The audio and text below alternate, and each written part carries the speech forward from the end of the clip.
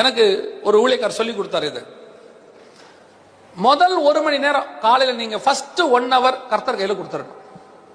முதல் 1 மணி நேரம் நீங்க எப்ப எழுந்திருப்பீங்களோ அந்த முதல் 1 மணி நேரம் யார் கையில கொடுக்கணும்? கர்த்தர் கையில கொடுத்துடணும். உட்கார்ந்து சோதனை பண்ணுவீங்களோ, துதிப்பீங்களோ, பாட்டு பாடுவீங்களோ, பைபிள் வாசிப்பீங்களோ, ஃபர்ஸ்ட் 1 hour அந்த 1 hour நீங்க கர்த்தர்கிட்ட கொடுத்து பாருங்க. அந்த 1 hourல நீங்க என்ன துதிக்கிறீங்களோ, என்ன சோதனம் பண்றீங்களோ, என்ன வேதவசனம் வாசிக்கிறீங்களோ, அது நாள் முழுவதும் உங்க மைண்ட்ல ஓடிட்டே இருக்கும். இதுதான் தேவனோட சஞ்சரிக்கிற அனுபவத்துக்கான ஃபர்ஸ்ட் ஸ்டார்டிங் பாயிண்ட். இதை நீங்க செஞ்சு பாத்தீங்கன்னா தெரியும். நம்ம ஊர்ல எல்லாம் ரொம்ப சிம்பிளா சொன்ன விஷயம் தான். காலையில எழுந்திருச்சு நல்லா படியும்பாங்க. எதுக்காக படிக்கணும்? படிச்சா அது அப்படியே மனசுல பதியும் அப்படின்னு சொல்லி கொடுத்தாங்க.